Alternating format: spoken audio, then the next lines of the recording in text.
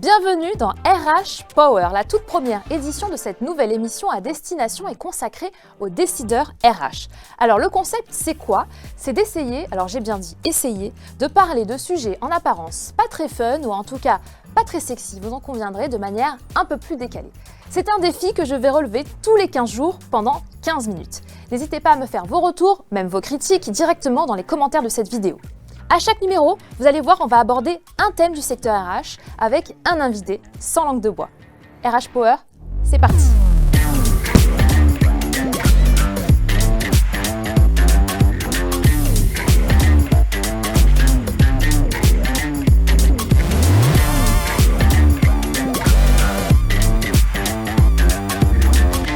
Avant d'accueillir mon invité, je vous propose de découvrir le chiffre du jour.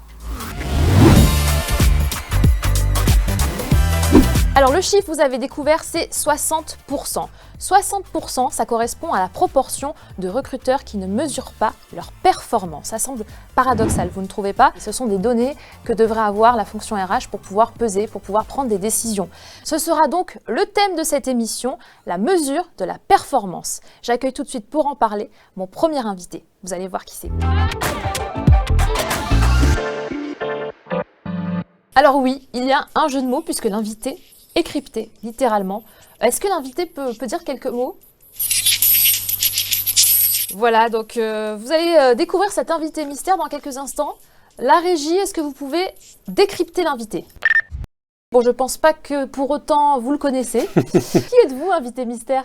Je suis Sébastien Guérin et je travaille au sein du groupe Adéquat, composé à la fois des agences intérim Adéquat et des cabinets en conseil en recrutement AdSearch. Très bien, alors maintenant on va essayer de décoincer un petit peu tout ça. Est-ce que vous pouvez nous dire un secret, peut-être, que seul vous connaissez sur vous-même, mais que dans votre entreprise personne ne soupçonne? Je suis pas un garçon facile, moi, hein. Je me livre pas aussi facilement.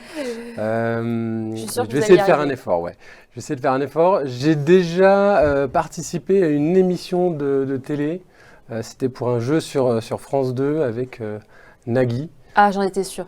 Voilà. Je sentais qu'il y avait un chanteur chez vous. Non, c'était l'autre. C'est plutôt le jeu de culture générale. Tout le monde veut prendre sa place. Et vous êtes allé jusqu'à quel niveau? Et je suis pas allé très loin. Voilà, on va dire que je suis tombé sur des questions pas faciles. Très bien, merci beaucoup. C'est une super news. J'espère que vos collègues vont pas regarder cette émission. Ensuite, prochaine question. Quelle est votre plus belle performance professionnelle et personnelle? Ma plus belle performance pro. Vous avez le droit de vous vanter. Oui, voilà, c'est ça, c'est toujours avec beaucoup d'humilité. On a, avec mon équipe, du coup, on a réussi en une année à tripler le nombre de candidatures avec le même budget sur un an. Donc, c'est une vraie performance. Vous avez fait comment? On a modifié plein d'outils, on a mis en place une stratégie d'acquisition plutôt offensive. Voilà, c'est en activant plusieurs leviers qu'on a réussi à cette performance. Vous connaissez le thème de l'émission? Ben oui, un petit peu. La mesure de la performance. Alors j'aimerais savoir déjà, quelle est votre perception de la performance dans un premier temps? C'est limite une question un peu philosophique. Vous avez 2 heures. Ouais, voilà, c'est ça, j'ai 4 heures, je rends un travail. Non, mais c'est quoi la performance? Avant tout, elle doit être mesurable, aussi bien qualitativement que quantitativement, à mon avis. Et la performance, c'est de faire mieux que ce qu'on fait d'habitude. Et souvent, c'est face à des confrères ou à des concurrents ou en tout cas des adversaires. L'objectif, c'est sans doute de gagner la compétition. Ça, c'est mon côté un peu sportif qui ressort sans doute. Et compétiteur dans les émissions de France 2, on a compris. Vous avez vu le chiffre du jour tout à l'heure, on l'a dévoilé, c'était 60% de recruteurs qui ne mesurent pas la performance. Alors vous vous situez plutôt dans les 60% ou dans les 40% qui mesurent cette performance? Alors plutôt dans les 40%. Donc bon élève. Oui, on peut toujours s'améliorer très honnêtement, parce qu'en plus c'est vraiment pas facile de suivre les performances dans le recrutement. C'est jamais simple entre les différents ATS, les sites d'emploi, son propre site internet, les différents canaux, c'est très complexe. Mais pourquoi on est dans plutôt les bons élèves? Parce qu'on a réussi en fait à mettre en place un nouveau service à la fois côté marketing, recrutement et côté analyse de data. Et c'est ce qui, à mon avis, fait la différence aujourd'hui. Alors on est un peu embêtant sans doute pour pas mal de nos partenaires et prestataires parce qu'on est toujours en train de les challenger justement sur ces performances. On a une grosse culture ROI, mais ouais, je pense qu'aujourd'hui, on n'est pas si mauvais que ça, en tout cas. J'aimerais savoir comment vous calculez exactement cette performance et quels sont les KPI que vous analysez. Alors, on peut la calculer de deux façons. À la fois sur la partie quali, on peut suivre la satisfaction de nos candidats puis de nos intérimaires et regarder la fidélité que ça va procurer, puis également l'attachement à la marque. Et puis pour la partie quanti, on va regarder peut-être le nombre de recrutements que l'on a. On va essayer de se comparer par rapport au marché. On va regarder le nombre de candidats qu'on va recevoir. On va essayer aussi d'aller extrêmement loin dans combien de personnes on a dans le pipe, dans le process de recrutement, quelle est la durée sur laquelle on va pouvoir jouer. En tout cas, voilà, il y a plein de choses qu'on peut suivre sur la partie quanti. J'aimerais que vous nous donniez un dernier conseil aux recruteurs qui regardent cette émission, peut-être qui ne sont pas aussi bons élèves que vous, qui ne sont pas encore dans cette mesure de la performance. Est-ce que vous pourriez leur donner un dernier conseil? C'est de traquer vraiment toutes leurs actions, à la fois sur leur site internet, mais aussi auprès de leurs recruteurs, à la fois sur la partie sourcing, mais aussi sur les différents canaux d'acquisition. Ce qui n'est pas mesurable finalement n'existe pas, donc c'est hyper important de bien suivre et de challenger justement l'existant, de savoir prendre du recul, d'analyser et de sortir un peu la tête du guidon pour justement continuer à progresser. Eh ben merci Sébastien, vous pouvez garder votre place, hein, contrairement à l'émission vous avez perdu votre fauteuil. Merci. Merci beaucoup. Et quant à nous, restez bien avec nous. On va accueillir un expert. Vous voyez, tous les 15 jours, j'accueille un expert pour parler du thème du jour. Aujourd'hui, on va parler performance avec Jonathan Bordereau, le CEO de Golden Bees. À tout de suite. Ok Sébastien, vous êtes resté avec nous parce que vous allez tout de suite échanger avec notre expert, Jonathan Bordereau, dit John, que j'accueille tout de suite. Bonjour John. Salut Clémence, dit Clem. Comment ça va? Bah super, et toi? Ça va très bien. Est-ce que tu as pu écouter les magnifiques choses que nous a dit notre invité du jour, Sébastien? On est malheureusement dans un monde d'aveugles et les borgnes sont rois, mais il va falloir vite se réveiller parce que aujourd'hui on s'en rend compte, c'est de plus en plus compliqué de recruter et Sébastien dit Seb l'a sûrement dit, mais il y a énormément de sources. Il y a énormément de sources pour pouvoir recruter les bons candidats, mais on n'a pas des budgets illimités et donc on est obligé de mesurer. Et cette mesure, il faut la prendre à bras le corps dès maintenant parce que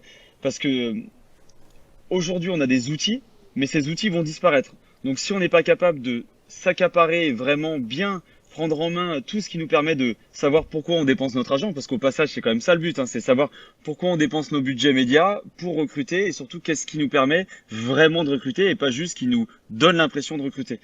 Et ça c'est en train d'évoluer puisqu'aujourd'hui on le fait grâce au tracking, le tracking se fait grâce aux cookies, mais les cookies sont énormément chahutés dans l'univers web avec tout ce qui est lié au RGPD, donc sur des points de vue juridiques, tout ce qui est lié au navigateur, donc je pense à Apple, et notamment avec Safari, à Firefox et bientôt Google. Et donc demain, il va falloir encore le faire différemment. Donc dès aujourd'hui, ça aurait dû être le cas depuis toujours en fait, hein, il faudrait qu'on sache pourquoi on dépense notre argent et qu'est-ce qui nous permet de recruter, quelles sont les sources qui nous permettent de recruter les bons candidats pour du coup optimiser ses budgets et mettre plus de ressources là où c'est nécessaire. Et en plus de ça, il faut se préparer à l'utiliser ce tracking de manière différente parce qu'on est dans un écosystème qui va complètement changer de paradigme dans quelques mois ou quelques années, mais on est à 1 ou 2 ans vraiment d'un gros changement. Ce qui est le cas dans le monde de la publicité, mais ce qui est le cas dans le web de manière générale. Sébastien, une réaction? Oui, mais en même temps, on voit bien que 60% des recruteurs ne traquent pas aujourd'hui la source de leur candidature, donc ils sont déjà aveugles. Donc finalement, ces recruteurs-là n'ont pas peur finalement de cet avenir-là. Par contre, effectivement, ça peut être assez effrayant pour les personnes qui traquent comme nous, où effectivement, on essaye vraiment de se dire mais d'où proviennent ces gens-là pour améliorer leur expérience de candidature. Très bien. Donc le but dans tout ça, c'est quoi à terme? Qu'est-ce que vous conseillez? Déjà, il y a quand même un changement au niveau des mentalités. Ça fait 6 ans qu'on a créé Golden Bees avec mes associés et qu'on prône le tracking et la mesure. Et heureusement, il y a des gens comme Seb qui le comprennent. Et du coup, il y a 40% des recruteurs qui ont bien conscience de tout ça. On voit quand même, c'est un mouvement de fond. Mais par contre, un mouvement de fond, il faut toujours... Au début, on regarde ça de très loin et avant qu'on vraiment prenne le sujet en main, ça prend beaucoup de temps. Voilà, 6 ans, on voit bien que c'est pas du tout inhérent à la majorité des entreprises. C'est pour ça que Seb parlait de 40% seulement des entreprises qui le font. Comment le faire, c'est quand même quelque chose qui est accéléré aujourd'hui et les mentalités vont encore plus vite sur le sujet parce que comment le faire, c'est juste qu'il faut prendre le sujet à bras le corps et il y a pas le choix parce que on est dans une guerre des talents, on est de plus en plus challengé au niveau économique par des entreprises qui n'ont pas les mêmes enjeux que nous, je pense notamment aux GAFA, et que si on ne recrute pas les bonnes personnes vite et bien, on se fait dépasser et donc du coup on risque la pérennité de notre entreprise. Et donc là, forcément, quand on touche à la pérennité de l'entreprise, c'est un tout autre sujet. Donc comment faire, c'est juste vraiment se rapprocher de tous les acteurs qui prônent ce type de sujet, s'y intéresser sérieusement, recruter des personnes dédiées à ça. C'est d'ailleurs des choses que je pense que tu fais toi Seb de ton côté chez Adéquate, pour vraiment optimiser l'existant et préparer l'avenir. La performance RH est vraiment clé dans la performance économique des entreprises.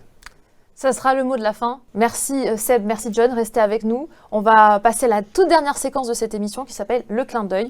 Vous allez voir, je vous passe un extrait dans quelques instants. Alors Seb et John, est-ce que vous connaissez la série Canal qui s'appelle Un entretien? Ouais, j'adore. Ah tu connais? Ouais. Mais moi je connaissais pas, j'ai découvert en préparant cette émission. La saison 3 est annoncée, donc elle va bientôt arriver. J'imagine que du coup tu vas la suivre. On va pas vous passer un extrait de la saison 3 parce qu'on n'en a pas. On va vous passer un extrait de la saison 2 pour ceux qui ne connaissent pas. Et après je vous laisserai réagir puisque ça a un rapport avec les RH et un peu avec la performance aussi. Regardez. Je sais même pas pourquoi je lui fais passer un entretien, lui. Il est parfait. Je devrais arrêter là et lui donner le boulot. C'est action, réaction. C'est là que je vous rejoins. Moi je suis un fast tracker. J'ai besoin que ça bouge. Et nous, on a besoin de gens qui sont prêts à se battre pour l'entreprise. Et on sait les récompenser. Hein. Smart matching. Pardon? Smart matching. Une rencontre en win-win. Vous scalez à combien? Mais qu'est-ce qu'il raconte? Voilà, c'était un extrait de la série Un entretien sur Canal+, dont la saison 3 va paraître dans pas longtemps. Voilà. John, tu connaissais pas du tout, toi? Alors, je connaissais pas le nom, mais j'avais déjà vu un extrait, je crois, sur YouTube, et c'est hyper drôle. Est-ce que ça vous inspire quelque chose? Seb, Et en même temps, il est tellement humain, on a tous une part en nous qui, effectivement, qui est un peu comme ça. Et en même temps, ce candidat-là, on l'a déjà croisé tellement de fois où la personne, elle enchaîne le langage complexe et ultra technique, et il ne se met pas à la place du recruteur, qui, lui, n'est pas aussi technique que lui. Merci beaucoup à tous les deux. Merci d'avoir été avec moi sur ce plateau pour le premier numéro de RH Power. Merci. Bon retour, Sébastien.